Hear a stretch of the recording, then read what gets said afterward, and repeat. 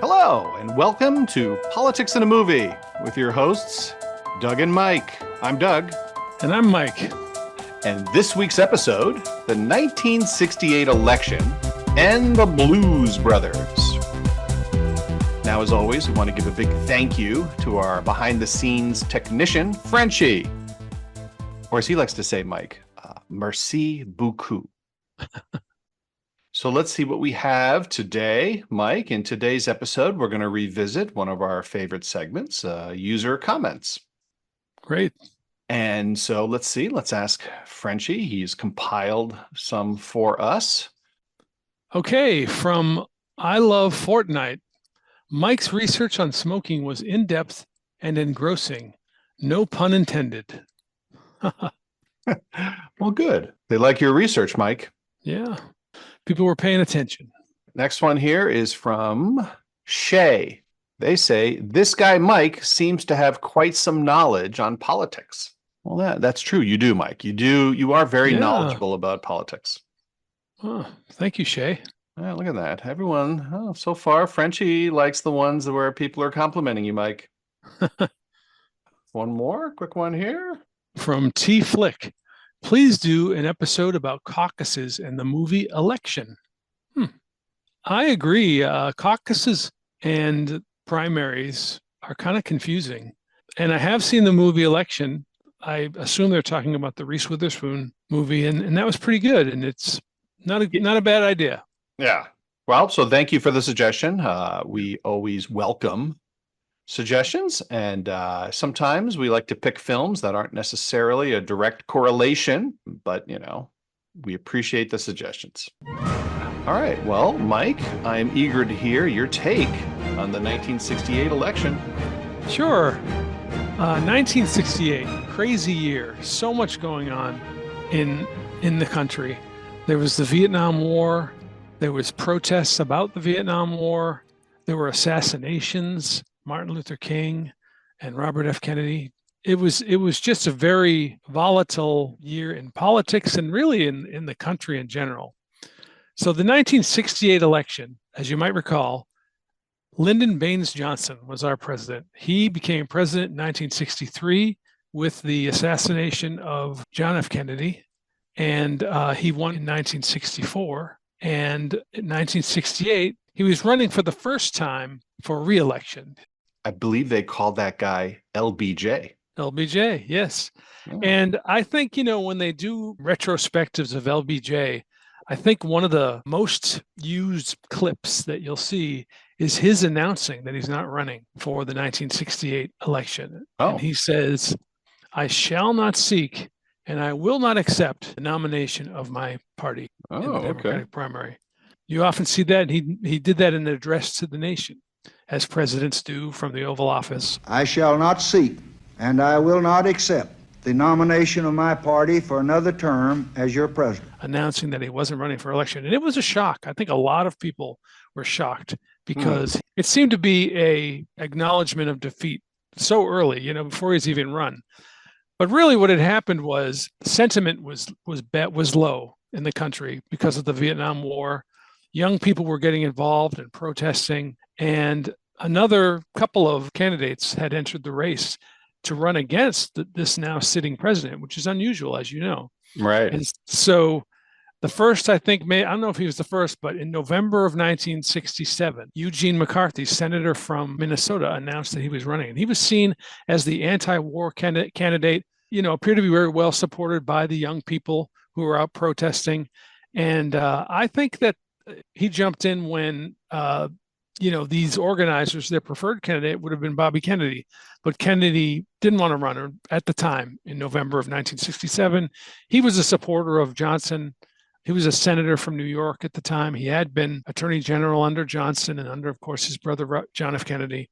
So he hadn't joined the race. But McCarthy did so well and was attracting so much attention, and there was so much discord about the Vietnam War that Bobby Kennedy ended up joining the race. Both McCarthy and Kennedy were starting to do well in the Democratic primaries, even, after Johnson left, of course. And then in April, not long after Johnson announced that he wasn't going to run, Martin Luther King was assassinated. Oh, And there's a famous clip of Robert F. Kennedy on the campaign stump in Indiana responding to a crowd and announcing to this crowd. It's actually a pretty dramatic clip where Kennedy announces that Martin Luther King has been shot, and the crowd gasps. I mean, it's really quite a moment. right. Some very sad news for all of you, and I think sad news for all of our fellow citizens and people who love peace all over the world. And that is that Martin Luther King was shot and was killed tonight in Memphis. So anyway, Kennedy is in the race, and Eugene McCarthy's in the race, and they're both doing well. Humphrey is in the race. Humphrey was Johnson's vice president. So now with Johnson not running, his vice president, Hubert Humphrey, also coincidentally a Minnesotan, like Eugene McCarthy. So it was interesting that Eugene McCarthy is a senator from Minnesota running against a former senator, now vice president, also from Minnesota, Hubert Humphrey. Oh, so a Minnesotan. Yes, a Minnesotan. Minnesotan. How do you say it? I said Minnesotan. Minnesotan. You got to use the accent, Mike. Yeah, you betcha. I'd like to take a moment to introduce you to a few words you might hear in Minnesota. You betcha is how Minnesotans say, "You're welcome." You might say, "Thanks for taking so much time out of your day to make this video." And I might respond, "You betcha." Now this McCarthy fella, is he like the McCarthy? Because like there's No. okay, Nope, he's not the that was- famous McCarthyism guy. No, Eugene McCarthy was not Joe McCarthy. Oh, right. So that was the guy. Joe McCarthy was, yeah. Nope. All right. So- you got to keep these McCarthys straight over time. Yeah. I think there's a lot of them. That's Yeah. a name in my family, in fact. So in June, Robert F. Kennedy wins the California primary, and he's in the hotel, and also famous clip. He says, "Okay, now we're on to Chicago." My thanks to all of you, and now it's on to Chicago, and let's win there. Thank you very much. Because Chicago is where the Democratic Convention Right. was held that year. Yeah. So a little tie-in to our next topic. Yes. Chicago. Yeah.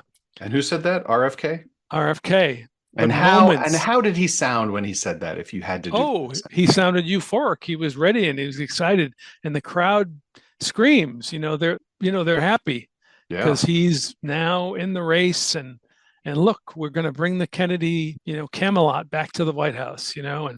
But moments later, Right. Doug, he's shot, Yeah. and he doesn't die immediately, but within the evening, he passes away. And and that's crazy, Mike. So much trauma in that era. Yeah. So we're in June of 1968. Martin Luther King has been assassinated. Robert F. Kennedy has been assassinated. And John Kennedy, years earlier, not so many years earlier, was assassinated. I think people must have felt like the world was ending. I mean, Yeah. It was just crazy. Human sacrifice, dogs and cats living together, mass hysteria. So, they get to Chicago. That's where the Democratic Convention was. And as I said earlier, there was a lot of rioting around the convention, and a lot of young people. And there's video of the Chicago cops hitting these student protesters with billy clubs. Right. And, there's movies like The Chicago 7, which was nominated for Academy Awards recently, which is about these protesters, Tom Hayden and Abby Hoffman, who's portrayed by Sacha Baron Cohen. Wow, it's very nice. But yeah, the Democratic Convention's in Chicago, and Humphrey wins the nomination against McCarthy.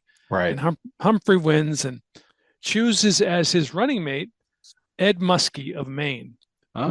who later becomes Secretary of State under Jimmy Carter. On a personal note, after he had been Secretary of State, he took a ride in my car from the airport in Washington, D.C. Oh. As you remember, I worked for Congressman Joe Brennan of Maine, Hmm. and they were coming home. They were coming to Washington together, and I was picking up Joe Brennan at the airport, and Brennan comes to my passenger side door and says, "Can we give Secretary Muskie a ride?" I was like, yeah, sure, you know. So I gave Ed Muskie a ride up to Capitol Hill Oh, that's from the nice. airport in Washington. Yeah. Yeah, So, was he a polite passenger? oh well, he and my boss, the congressman, were talking the whole time, and I was just the driver. So, but Right. it was nice enough. Tall guy. Yeah. Good. So, and anyways, and Nixon chooses Spiro Agnew as his running mate. Yeah, well, I just, I love the political names of these folks, Yes. back in the day, Spiro, Muskie. I mean, they're Yeah. just like fun names. Spiro Agnew, he was from Maryland. He was Nixon's running mate in 68. And Mhm. Nixon and Agnew win. Right. They beat Humphrey and Muskie, and they get 301 electoral college votes, which is considered a pretty good win. You need 270. So 301 is what they got. And they got 31,783,783 votes. Okay. And Humphrey Muskie got 191 to Nixon's 301. Right. So it's 301 to 191 electoral college. And the popular votes pretty close, 31,783,000 to 31,271,000. It was a landslide by electoral college standards, but pretty close in the popular vote. Right. So, and Ronald Reagan, who had been governor of California, also was a candidate in the primary of 1968 briefly, but didn't do as well, obviously, as Nixon. Right. Yeah. And he later on, of course, would stick around. That's right. Now, finally, I'll just add there was a third candidate in 1968, George Wallace. Oh, okay. George Wallace was from Alabama, and he received 46 electoral college votes and 9.9 million. And he was the Dixiecrat candidate. And he was a segregation candidate. Right. He was in favor of segregation. And there's a clip of him in Forrest Gump. Oh, yeah. Or another movie where he says, segregation now, segregation tomorrow, segregation forever. From this cradle of the Confederacy, I say segregation now, segregation tomorrow, and segregation forever. Right. And Forrest Gump talks about that man was fat. I forget what he says, but it shows he was shot as well, but did not die. Anyway, that's the 1968 election with all its craziness and the world was just things were certainly in turmoil. Yeah. But we made it through. Nixon was reelected after that in 1972, but that's another topic. Right. And we know, of course, he went through Watergate as well, which we covered in our earlier podcast. Yeah. Well, thank you, Mike. I learned a number of things from that segment. Sure. Yeah. Interesting election. All right. Well, as you noted, Chicago ties into our movie. And our movie is The Blues Brothers. Yeah, classic. Now, Blues Brothers, that movie came out in 1980. It stars Dan Aykroyd and John Belushi, and the film did really well. I mean, it made a lot of money, became very popular. Yeah, great soundtrack. Yes, and Mike, can you guess how many Academy nominations the film mustered? Oh, wow. 2. Sorry, Hans, wrong guess. 0. Okay. No, I figured. It wasn't a serious movie, but no. This is not. Yeah. This is not a film where the Academy is, giving a nod. It's not one of the I'd like to thank the Academy films. Right. But Dan Aykroyd, John Belushi, both of them very well known from Saturday Night Live at the time. Those guys were really good friends, and so they would do skits together in SNL, and they wanted to team up in a movie, and it was a huge hit. I'll note that they also were talking about doing Ghostbusters together. Wow. So John Belushi was originally scheduled to be in Ghostbusters, but unfortunately, John Belushi passed in 1982. passed Yeah. away, and Ghostbusters wasn't filmed until 1984. So, Yep. but the Blues Brothers, 1980. I mean, really a spectacular film, a singular film in so many ways. I mean, it's sort of touted as a comedy musical, but it has so many different facets to it that to me are very intriguing. It's interesting to note that the screenplay was written by Dan Aykroyd. Yeah. And it's the first time that he ever tried to write a screenplay. And so he didn't know what he was doing, and it was not in the right format. And it was 3 times the number of pages that a normal screenplay is. So he really had to cut it down. It's kind of a live action cartoon. Yeah, there's You lots of, say it. yeah. Yeah. Lots Like, of people cartoony firing aspects. guns, but nobody gets hit. Yeah, that's right. Yeah, I don't know if anyone really, well, I guess there's a death maybe in the end, but that's a Nazi. Oh, right. Yeah. The bad guy. No soup for you. Chicago, the city, plays a huge role in the film. Yes. And if you love Chicago or know anything about it, you'll find a lot of these scenes, particularly, because they're from the past now, very interesting. Right. Yeah. Another thing of the film that kind of is its own character is the Bluesmobile. The car they use? Yeah. That thing is this old police car, so it's really sturdy. It's built like a tank. It kind of, it reminds me in high school, I knew a guy who had a car just like that. Yeah.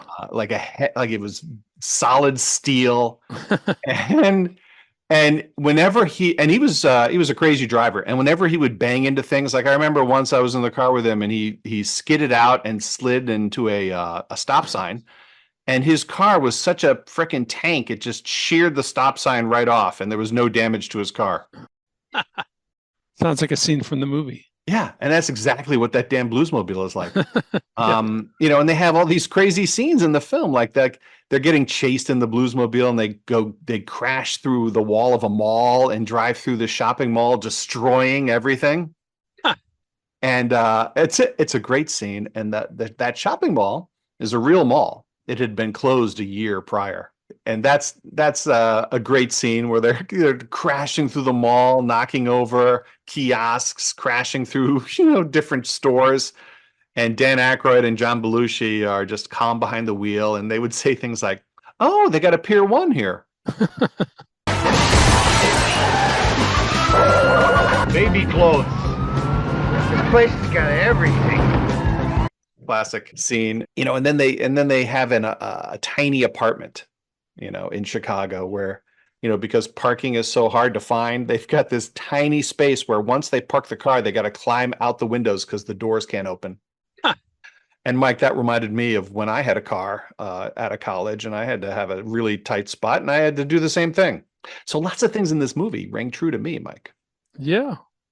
Did you have an Oldsmobile or a Buick or something? I think I did have an Oldsmobile Cutlass. So before we get into the meat of the film, I just wanted to note that I love the beginning of the film where Dan Aykroyd picks up John Belushi from prison. He's just getting out of prison after a couple of years, and he says, you promised to go see the Penguin. And he's like, "Oh man, I didn't mean it." And so they drive to this church where they go meet like the head nun, who they nicknamed the Penguin. And they're up there, and she's like, "Hello, boys." And she tells them the story of how the orphanage is going to have to close unless they can raise $5,000. And the Blues Brothers are like, "Yeah, we'll get you that money, no problem." And she's like, "No way, I'm not accepting your, dirty, stolen money." And they say something like, "Well, shit, what are you going to do then? You're up Schitt's Creek." And she says, "No cursing." And she pulls out this long wooden ruler and smacks him. And I don't know if you were ever in Catholic school, Mike. Yes, I was. Yeah, but those penguins, they will smack the hell out of you with those rulers. And so They will. yeah, and so she smacks him.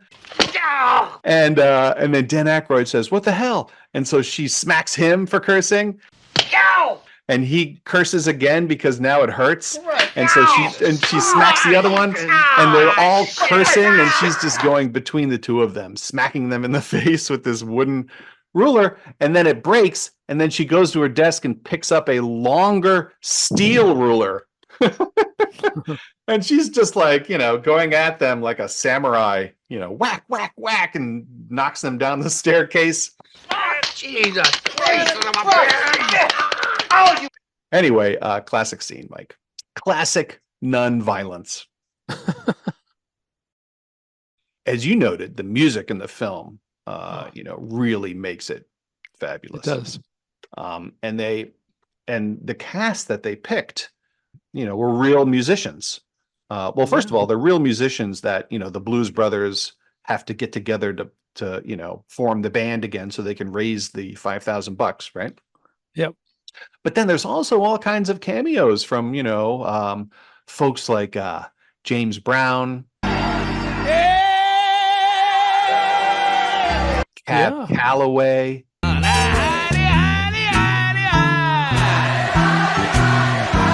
John Lee Hooker, Ho. Ray Charles, Twist it, shake it, baby. Aretha Franklin. You better think about what you're trying to do to me. Yeah, think. Right. All the musicians in the band are real, great musicians. Yeah. And so, and they all have, music scenes, which are really well done. The choreography is fun. And like in a lot of musicals, Mike, like the movie sort of pauses reality when the music number takes off. Right. And so they do that in a, comedic ways.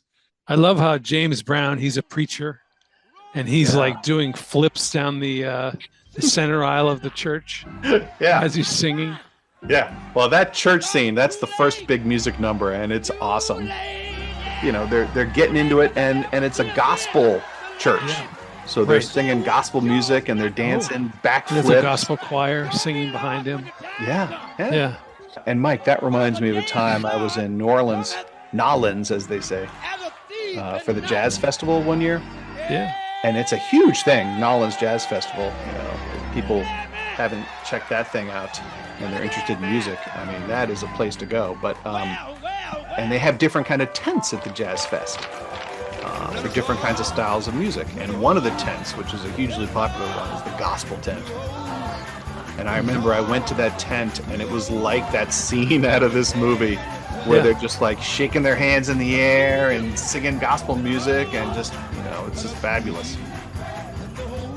Well, he's not with us anymore, James Brown, but I did see him live.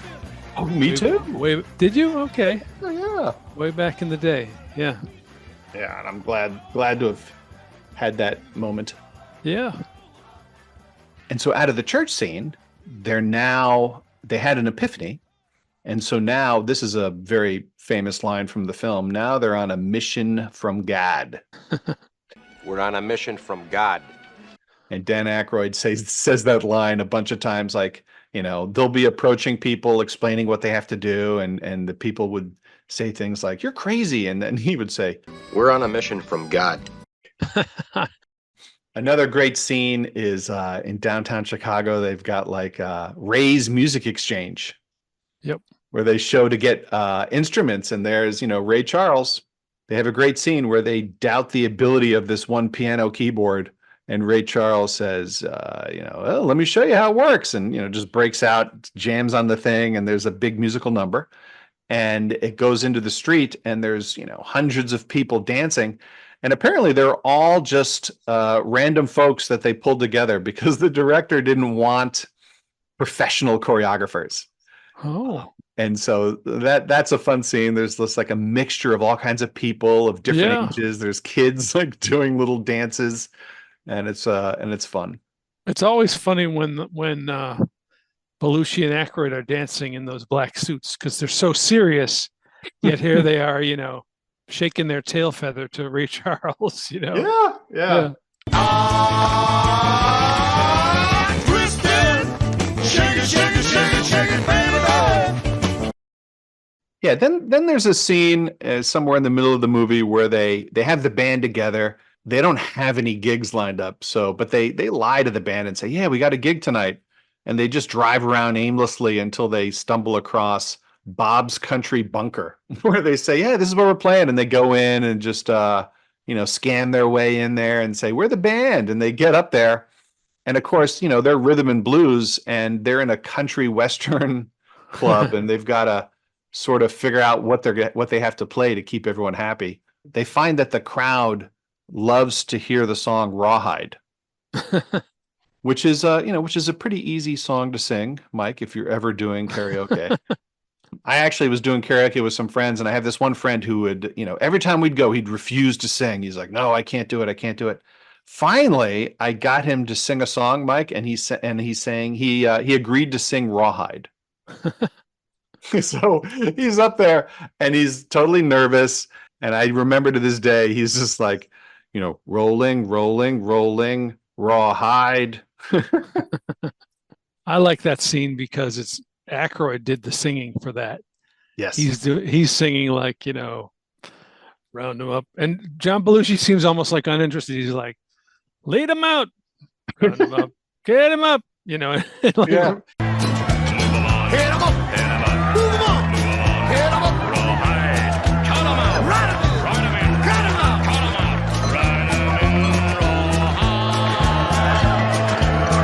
he's just shouting the the filler line, Yeah. And then somehow he finds a bullwhip, pulls it out, and he's cracking the whip. Get him out.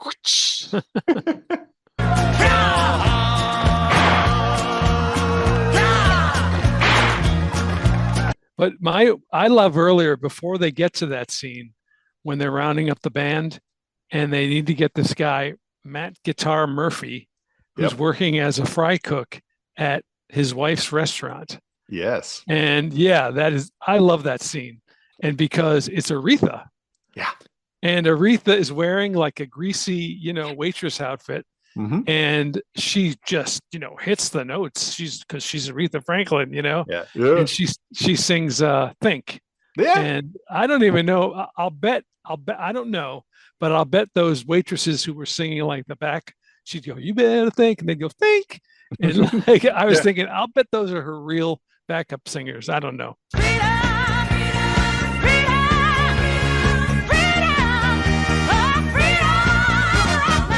But then, the whole restaurant are dancing to her singing Think. And of course, the grim-faced Blues Brothers, who never like smile or anything, they just do the dance moves that are just as wild and, throwing up kicks, and stuff. But they're just like, stone face in their black, white fedoras, just doing these dances with the dancers. It's just funny. Yeah. That's a great scene. And while they're rounding up the band, they go to this fancy French restaurant to get that one guy, right? Yeah. And it's a real restaurant too. Oh, it is? Okay. Yeah. Yeah. And also, sorry, I had to add this. The same restaurant, Chez Paul, that Ferris Bueller goes to. Oh, it is. Really? Yeah, it is. Yeah. Oh, yes. Yeah, and the maitre d'. I remember in Ferris Bueller, the maitre d' is just as uptight as he's supposed to be in this one. Yeah. And he shakes his head. One of my favorite lines of Ferris Bueller, Mike, is where he like shakes his head and he says, "I weep for the future." I weep for the future. Yeah. But yeah, well, so the maitre d' in the Blues Brothers is a band member who they're trying to recruit back into the band. That's right. Yeah. So they cause a ruckus to get him fired, basically. And I don't know if you noticed, but the waiter who's serving them is Pee Wee Herman. Oh, I think I heard that, but I didn't notice. I wish I was looking for it. Yeah. But I didn't notice that. Wow. Yes, Pee Wee in a serious role, because he's not goofing around. He's not doing any classic Pee Wee-isms. Speaking of cameos, here's one that I really was surprised by. Steven Spielberg is in the film. I heard that too, but I didn't catch it. What is he in the film? He's the guy at the very end who accepts the $5,000 when the Blues Brothers pay for the orphanage's taxes. Yeah, like at the government office that they go to. At the very end. Yeah. Oh, wow. I love all the Chicago scenery. I just think like even that where they're chasing and they're saying they need to get to the Richard J. Daley Plaza, which is where Right. the government building is. Belushi says to Aykroyd, "Oh yeah, with the Picasso, that plaza is known for this Picasso sculpture." Oh, That's in the and they get there and it's shown, prominently in that scene when they get to the Richard J. Daley Plaza. yeah, and we really do get to see a lot of Chicago because they're Yeah. chasing the Blues Brothers. Like, there's a Right. whole stream of police cars, like 100 police cars that are chasing Yeah. them. And did you know, Mike, that this movie got the record for most cars destroyed in a movie at the time? Yeah. Wow. 104 cars. And, I read that they were, they had a group of folks that were, tasked to acquire all these cars. And they were literally just buying the most beat up rundown cars, like a couple $100 a car. Yeah. And then, painting them up with, saying police on the side and then just wrecking them. And it's just hilarious how many cars they're just wrecking, per minute in the film in the end. But my favorite scene in the whole movie, Mike, is where they finally get the big venue to play for the band to raise the money to save the church. Yeah. And it's at the Palace Hotel, and they've got the band there, and it's packed with a crowd, so there really Yeah. is a large crowd of people there. And the song that kicks off that show at the Palace, before the Blues Brothers arrive, because they got to sneak in, Yep. is performed by Cab Calloway, where he sings Minnie yeah. Blucher. Yeah, and then it shows the Blues Brothers. They're like sneaking into the theater outside, and they're creeping through the bushes and trying to avoid the police. And during that scene, you hear Cab Calloway and the band still singing like faintly in the background because it's inside and in the Right. building. Right. And so they play that whole song, like he sings that whole song, and it's just going on through the whole Yep. extended scene there. He gave her things that she was neat. Yeah, and then they wrap it up with, Yes. of course, the Blues Brothers go back to jail because, Yep. of all the crimes. But but they did save the church. They saved the orphanage. Yep. And now they're back in jail. And, of course, the whole band is in jail with them. So they're playing. Jailhouse Rock. They're They playing sing Jailhouse Rock. Yeah. Yeah, and they the credits roll with that whole song getting played out. Yep. And that's fantastic. And then they do, and then they have, people singing. And then they have that's people, right. Yeah, then they have people from the movies singing the little reprisal Right. for Jailhouse Rock and the little outtake scenes. Right. And then they have the whole crew of the movie. They show the whole crew like That's right. gathered together, Yeah. singing one of the lines from Jailhouse Rock. And just a fabulous movie, Mike. Just with all the music and the comedy and that moment in time that we would never get to see reproduced in any other movies, given Right. that John Belushi passed away. Yeah, no, but even as you say that, I'm thinking all that Chicago scenery and everything. Yeah. That's such a moment in time.